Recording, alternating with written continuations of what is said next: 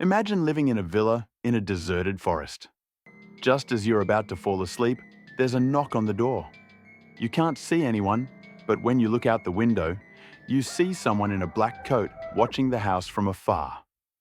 I heard a terrifying, suspenseful, true story firsthand and created this video. If you have any real-life horror stories like this, please contact me via the email in the description. Our character's name is Roger. If you're ready, subscribe to the channel and let's get started. I'm Roger. I'm 19 years old. I just started university, but this semester is spent with online classes. My family had to leave town, so I came to this villa to be alone for a few days. It's a 2-story house with a large garden, far from the city, on the edge of the forest. I love the quiet. Sometimes it's a bit too quiet, but that's okay. Being alone is good for me. The villa's interior is modern yet simple. My bedroom is upstairs, and the living room and kitchen are downstairs. Everything is organized. Today was a bit overcast, with a light breeze. I studied all day, played a little, and then prepared dinner. In the evening, I tidied up the house, turned off the lights, and set the alarm. It was almost 11 p.m. I went upstairs, plugged in my phone, and put on my pajamas. I was going to read a little before bed. As I lay in bed, the wind outside was blowing against the windows. A soft hum. I've gotten used to it. Being alone in this house felt strange at first, but now I feel comfortable. Silence can sometimes be a relief. Sometimes something gnaws at your heart. I closed my book and turned off the light. I closed my eyes. Just as I was about to fall asleep, a sound. It came from the door. I opened my eyes. My heart seemed to stop for a moment. Was it the wind? I thought. Maybe a twig knocked. Maybe a bird. But this sound was distinct. 3 short taps. It sounded like the doorknob. I slowly got out of bed. I walked to the window. I looked out into the garden. I saw nothing. It was dark. There was no movement. Maybe it really was the wind. Maybe I was dreaming. But there was a restlessness inside me. I went back to bed. I closed my eyes.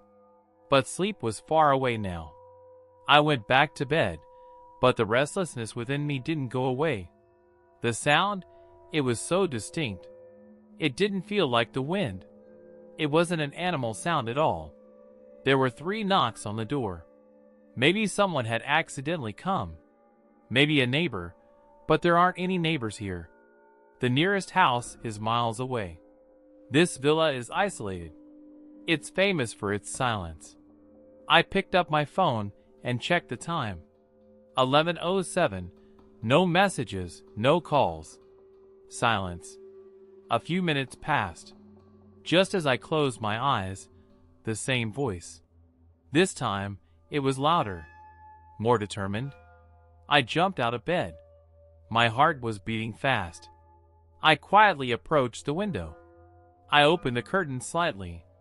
I looked out into the garden. And there was someone. At the edge of the garden, in the shade of a pine tree. He wasn't moving. He just stood there. He was wearing a black coat. His face was invisible. But he was looking at me. I was sure. My eyes met his. A few seconds, then he turned his head. He walked slowly, disappearing into the darkness. I stepped back. I caught my breath. Someone was here, I told myself. Someone was watching me. But why? Who was it? What did they want? I went downstairs. I checked the door lock.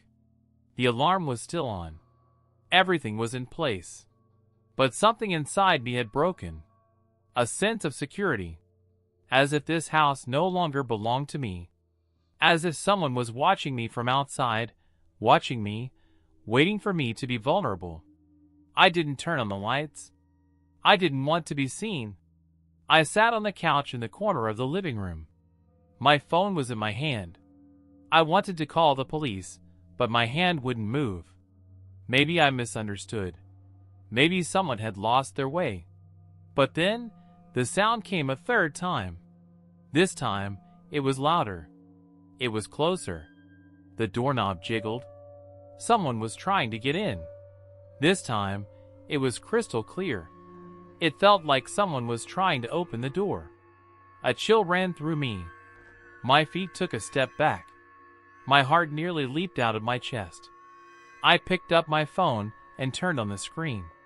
My fingers were trembling. I wanted to call the police, but what if I misunderstood? What if it wasn't someone? Just then, another sound came, this time from the back door. I ran toward the kitchen. I looked at the back door window. No one was there, but the door handle was hanging down. Someone was there, trying to get in. The alarm was still on, but what if they disabled it? I ran upstairs. I closed my bedroom door. There was no lock. I propped a chair against the door. I was out of breath. I called the police. Hello? Yes, someone's trying to break into my house. I'm in a villa outside the city. Please hurry. The police officer took the address and said they'd send a team. But it's far from the city center. It would take them at least 20 minutes to arrive.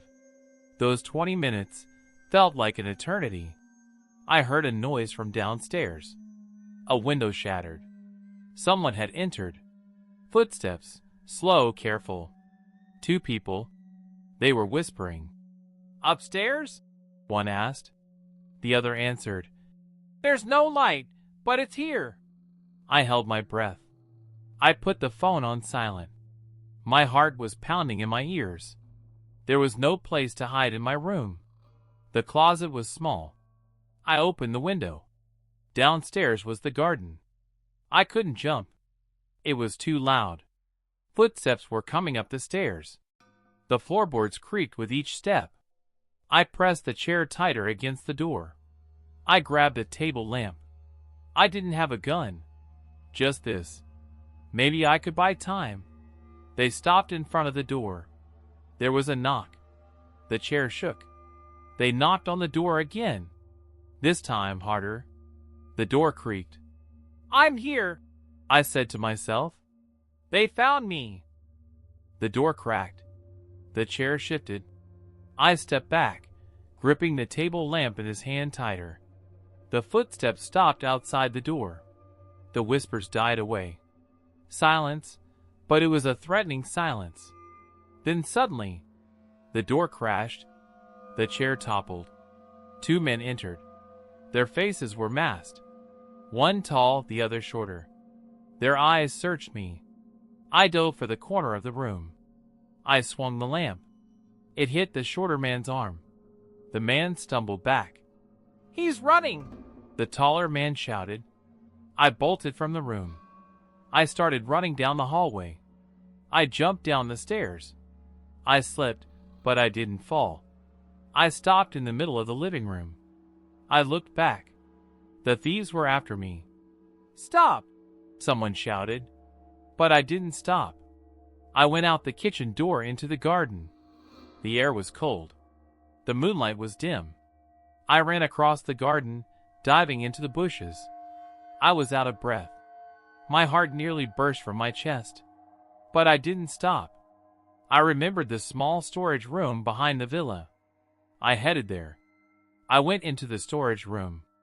Inside were old things, a rope, a shovel, a few boxes. I closed the door. I held my breath. The thieves had gone out into the garden. The footsteps were approaching. Where did he go? Someone asked. He must be here somewhere. I grabbed the rope. I quietly put the shovel aside. I had to come up with a plan. There was a window in the storage room. I looked out. The thieves had gotten away from each other. This was my chance. I left the storage room. The tall man was standing with his back turned. I approached quietly. I wrapped the rope around his feet. He stumbled and fell. I jumped on him. The shorter man shouted.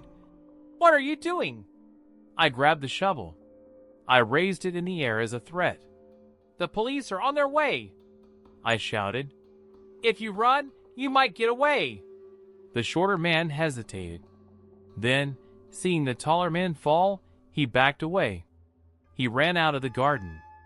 I tied the taller man with a rope. I called the police. "I have one, and the other one escaped," I said. "Please hurry." The man I'd tied to the ground in the garden was still stirring. I put down the shovel and took a step back. My breathing was ragged. My hands were still shaking.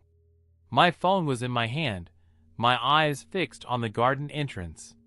When would the police arrive? Would the escaped man return? What if there was someone else? The minutes dragged on. Each second felt like an hour. I leaned against the wall of the villa. The moonlight fell on my face. Tears welled up in my eyes, but I didn't cry. I was just silent. Something inside me had broken. Not fear, a kind of loneliness. The place I'd thought I was safe was no longer there. Finally, I heard a siren in the distance. Blue and red lights appeared between the trees. I stood up and raised my hand. The police car pulled into the garden. 2 officers quickly got out.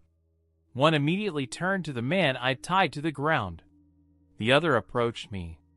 "Are you okay?" he asked. I nodded. "They tried to break in. Someone might still be inside," I said. The officer radioed for backup. Another unit checked the house. They arrived shortly after. "The house is clear. There's no one left." The escaped man had left without a trace. But someone had been caught. Thanks to my bravery. The police congratulated me. "Most people would freeze in a situation like this," one said. "You were a quick thinker." I bowed my head. "I was scared," I said. "But I didn't want to run. This house, it was mine." The police filed a report and invited me to the station. But first, I needed some rest. The ambulance arrived and checked my condition. I had no physical injuries, but my insides were still turbulent. Towards morning, the house fell silent. I went up to my bedroom. I opened the window. It was still dark outside, but it was different now. This silence, it was just silence now. No threat.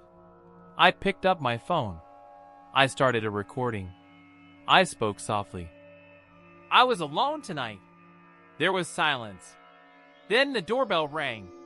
"But I'm not alone anymore. I'm not afraid of silence anymore." Morning had arrived. The sun was filtering through the trees, hitting the villa's walls. When I returned from the police station, the house was still a mess. Broken glass, overturned chairs, open doors. Everything reminded me of the night. But now the silence was different. Not a threat, but a kind of relief. I went into the kitchen. I turned on the coffee machine. I could hear birdsong outside. Normally, it would be peaceful, but this morning, I was searching for meaning in every sound. Questions about the night were still lingering in my mind. Why this house? Why me? Did they know me? The police had said the man arrested had a criminal record. Theft threats, but for me, this wasn't just a crime. This was a night when trust was broken. Home is a place of refuge. But that night, refuge had become a trap. I went out into the garden. The sun hit my face. I took a deep breath. My legs were still shaking, but I wasn't running anymore. That night, I had faced my fear. And I had one. Courage sometimes begins with simply staying put, not opening the door, waiting silently, then taking action. I called someone to fix the broken window at the back of the villa. I updated the alarm system. I installed extra locks on the doors. But most importantly, I tried to rebuild my inner confidence. When evening came, I went back to my room. I looked out the window. There was no one in the garden. The moon was there again. But this time, I wasn't alone. I turned on my phone. I listened to the recording. My own voice, the sentences I'd recorded throughout the night: fear, panic, courage. Then I started a new recording. My voice was calm, clear.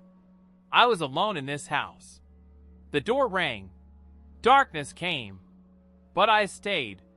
I resisted. Now the silence is mine. Now this house is mine again.